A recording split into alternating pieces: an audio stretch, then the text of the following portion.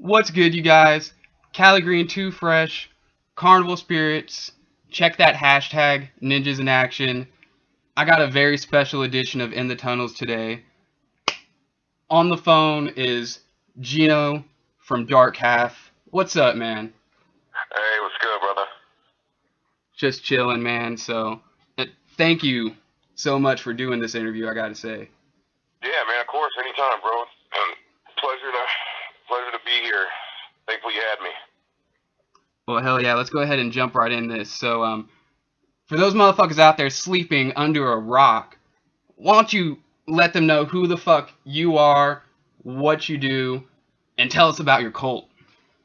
For sure, I'm Geno Cult Shit. I'm a 26-year-old artist from Wisconsin.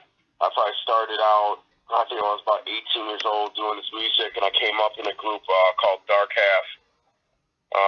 That's been taken off as of recently, and basically the whole cult shit movement, and all that is just basically a bunch of people that I run with and do the music with, so to speak, and just something that there's an idea to do it back in the day to try to maybe do something different in the underground.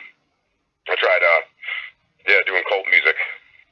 Well, you guys are really big, I know, up there in Wisconsin. You guys are constantly giving back to your fans, and you got your own little cult following. Why don't you tell us about the Wicked Wisco? Wicked Wisconsin was something that was, oh man, it's been years. When we first started out, we got approached by a guy named Rick Dog, and he was putting together a bunch of underground artists that were going to be just like an affiliate Wisconsin movement that would work together and stuff like that and throw shows. And we were doing Wicked Wisconsin shows. I was out there, 18 years old doing, fucking bar shows and all sorts of crazy shit. But we had a movement way back then. I mean, the movement's probably lessened in size as of recently, but it's still going pretty strong though. Well, hell yeah, man. Let it be known you guys are signed actually to LSP, one of the, staples actually of the whole, company, I gotta say, like the record label. So why don't you tell us a little bit about, how you got hooked up with Scum and the label? It was way back. I had met Damien, and we had started making music, and he had recently did a track with Scum, and had Scum come out for a show. So Seville, at the time, which was his business partner, which rest in peace, he did a track. He brought Scum down. They had done a track, and then Seville had expressed interest in making LSP Midwest. And when he passed away, D was on that roster for that. So Scum decided to sign D. D then went and was like, well, sign Dark Half. And the other guy that actually was in Dark Half at the time had just dropped off the actual out of the group. So D, I don't know, Scum was basically trying to take D, and D was like, sign Dark Half, and it was kind of a back and forth thing, and then eventually we got our foot in the door, and that's basically history in the making from there.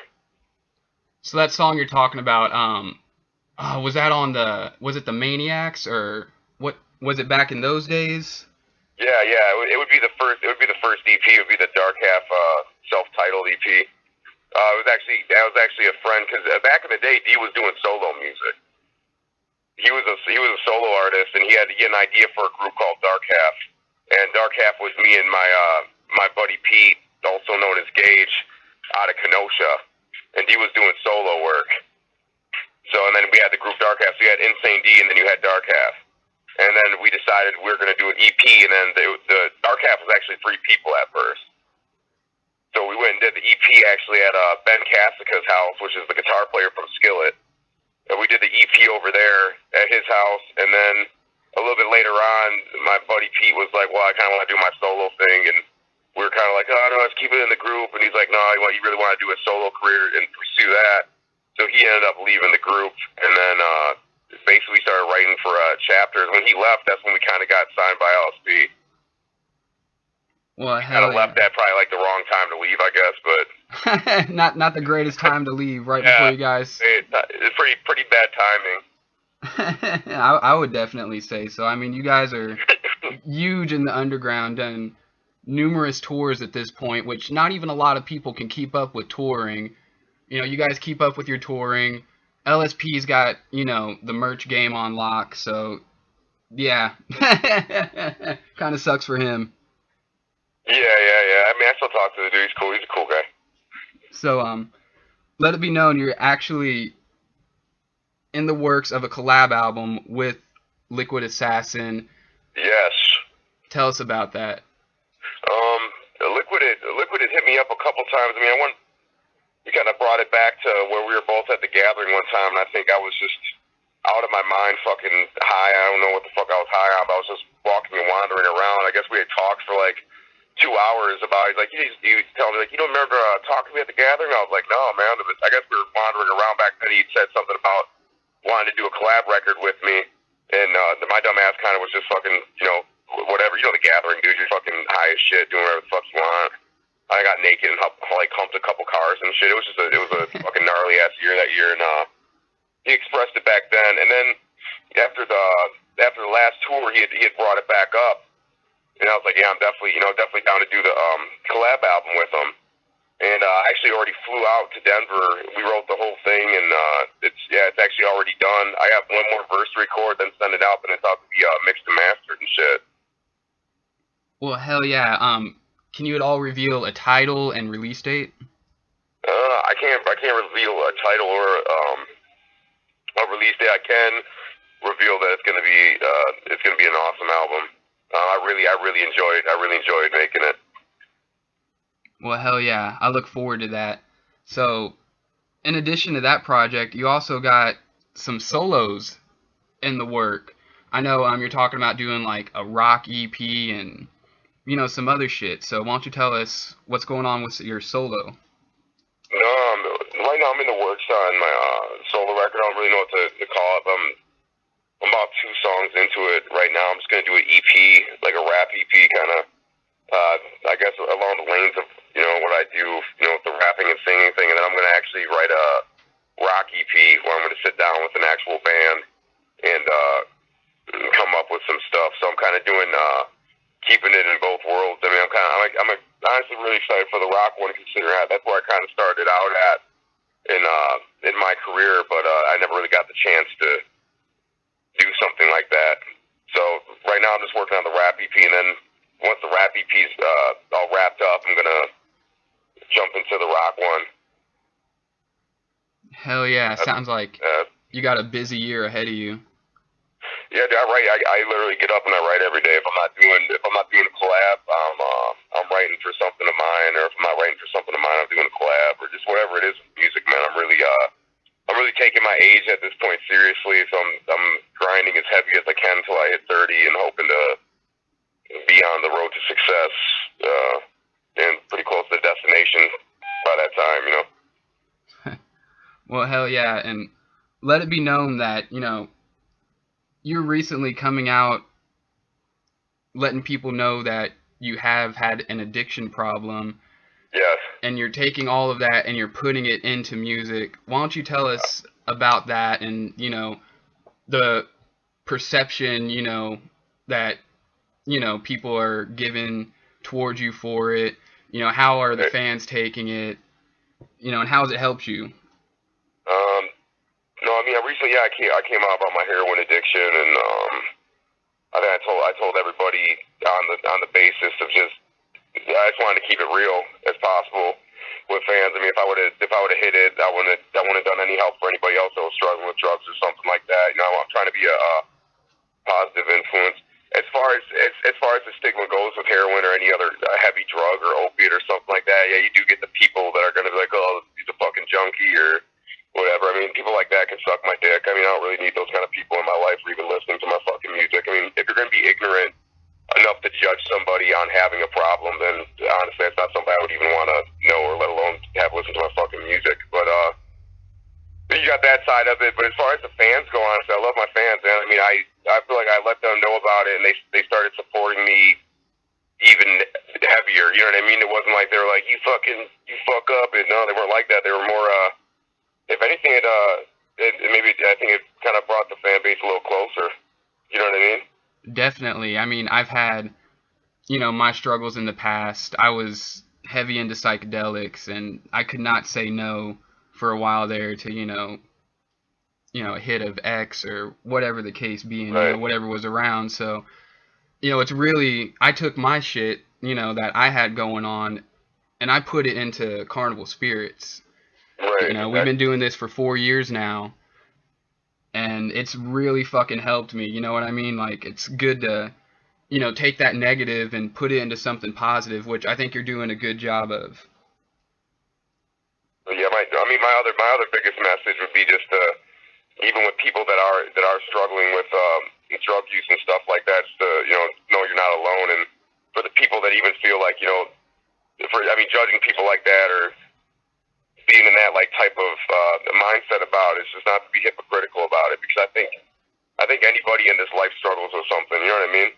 And there's so many different ways that you can mask pain. You know what I mean? There's so many different, you could have tons of different outlets. I mean, there's positive ones, and if you're a person like me, I've never claimed to be perfect at all. I honestly mask my pain with using drugs, and something I'm currently still struggling with, but pulling myself out of. Well, hell yeah. I'm glad that, you have, made the fans aware, you've made your friends aware, and, I'm just happy for you that, people are seeing it in a more positive manner, that, you are wanting to be open with it, for the fact that you're letting people know I do have a problem, I've had a problem, I want to overcome it, so, Right. More power to you for that. I do this music for my fans, man. That's why I let everybody into it. I mean, if I was a politically correct businessman or whatever you want to call me, I probably never would have let this out. You know what I mean? That wouldn't have been the smartest thing to do. But once again, I don't make music for other artists or other businessmen. I make music for my fans. I make music for myself. So honestly, I mean, the biggest thing for me is like, my fans' opinions. You know what I mean? My fans count to me. My fans' opinion matter to me, because at the end of the day, they're the ones that are just buying my records and supporting me. Without the fans, I'm absolutely nothing. I understand that. I mean, it's the whole, the cult movement or the cult crew. I mean, half of these kids are out there working just as hard as I am, towards a dream. Something that just came up. You know what I mean? So, yeah, I really respect my fans, man. Well, hell yeah. And speaking of the fans, let it be known that a lot of people that do follow the cult crew movement are also juggalos. So, with that being said, you've played many gatherings, you've worked with, like some tunnel runners and shit, like King Gordy. What was your first real juggalo experience? Because there's a difference between, When I met Insane D, that was my first juggalo experience. I really didn't even know what a juggalo was. Hell yeah. D, the other guy in Dark Half, was a huge juggalo. He was always really down. He started bringing me around a bunch of the shows, and honestly, I didn't even do it at the time. I didn't even know what a juggalo was. I was like, what's going on? Like, I grew up in Kenosha, which is kind of more of like a punk rock city. You know what I mean? Hell yeah. I knew they smelled like punk rockers. That was my first impression. You know what I mean? I'm like, it smells different in here. Seriously, I was like, it smells different in here. Okay, it smells kind of punk rock, whatever. Teen Spirit, but I mean, after that, I started getting more and more into it. So it was a different transition, and going in from the music, I never was a juggalo. You know what I mean? I always had respect for juggalos. I don't know if they call it much clown love. I have a lot of clown love, but I never myself was a juggalo. So I came from a totally different area when making this music. You know what I mean? I came from bands like Tool, Seether, Stained, fucking Cold, Chevelle, like all these different alternative, depressing sounding, groups and stuff like that, man. So when I got into the music scene, I had no clue what a juggalo was, man. So on that subject, I had no idea how thick the movement was. I didn't know people painted their faces. It was, it was mind blowing, man. Yeah, it's a totally different, experience. I grew up, going to like a lot of punk rock shows, a lot of metal shows, but then, I also was going to juggalo shows, and it's like you said, there's that smell. It's like, smells like, it's got that punk smell, that grungy smell. but I just didn't expect it with a rap scene. You know what I mean? Yeah, exactly. You know, it's not something you would. So you could already tell it's an alternative to you know, the rap genre in that sense. You know, yeah, man, shit, put some acts on. You know, I catch myself flipping up now too. I'm just like, Jesus. Hell yeah. Hour for like a fucking week and fucking throwing fucking pennies at strippers and all sorts of dumb shit, man. So yeah, I guess it's an addicting. I don't know, it's an addicting lifestyle. But Well, yeah, hell yeah. I never really, yeah, I didn't really know what a juggalo was until I met D. But I'm down, bro. I'm down with the clown, man. Well, hell yeah, man. That's awesome to hear about that. So, let's talk a little bit about. Oh, go ahead. Let's I was gonna switch it up a little bit. Let's talk a little bit about, you know, music that inspires you, because like you said, you aren't a juggalo, but you are widely received in the juggalo world. So what's some shit that you're into? Because that's what we're about over here at Carnival Spirits. We're about, you know, promoting the artists that we're down with and what they're about. So what what inspires you? What inspires me the most is,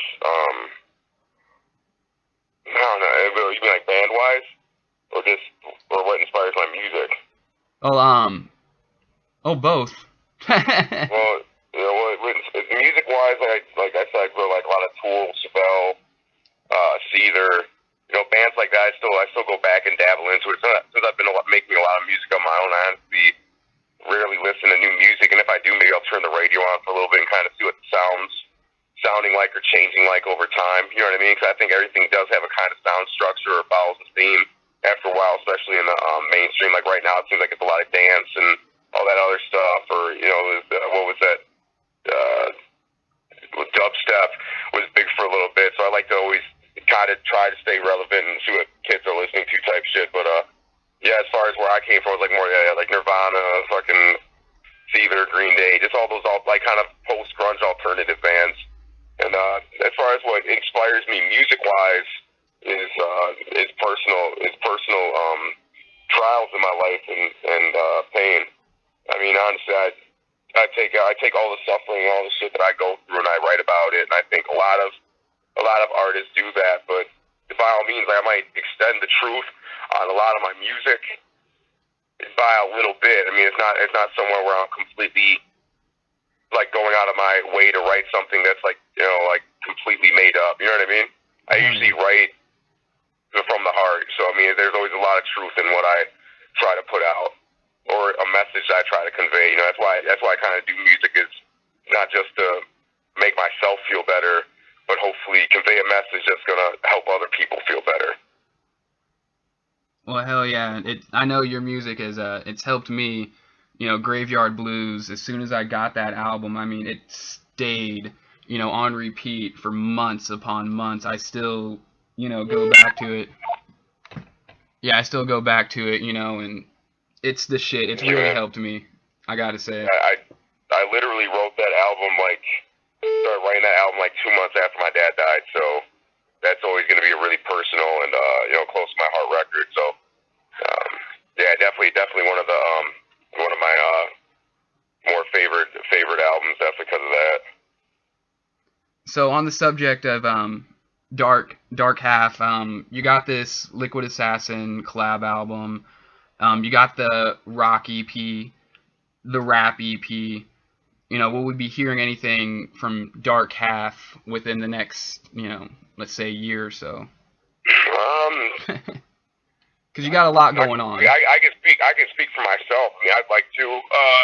We left off on an EP that was sounding really dark and heavy, man. So I mean, I'm always down to write. I mean, as an artist, I'm always down to do work, no matter what the circumstances. So in the next year or something like that, I'm sure.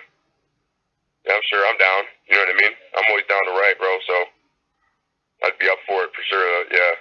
We left off on an EP that was, I think we're 7 songs into a record already. So. Oh shit.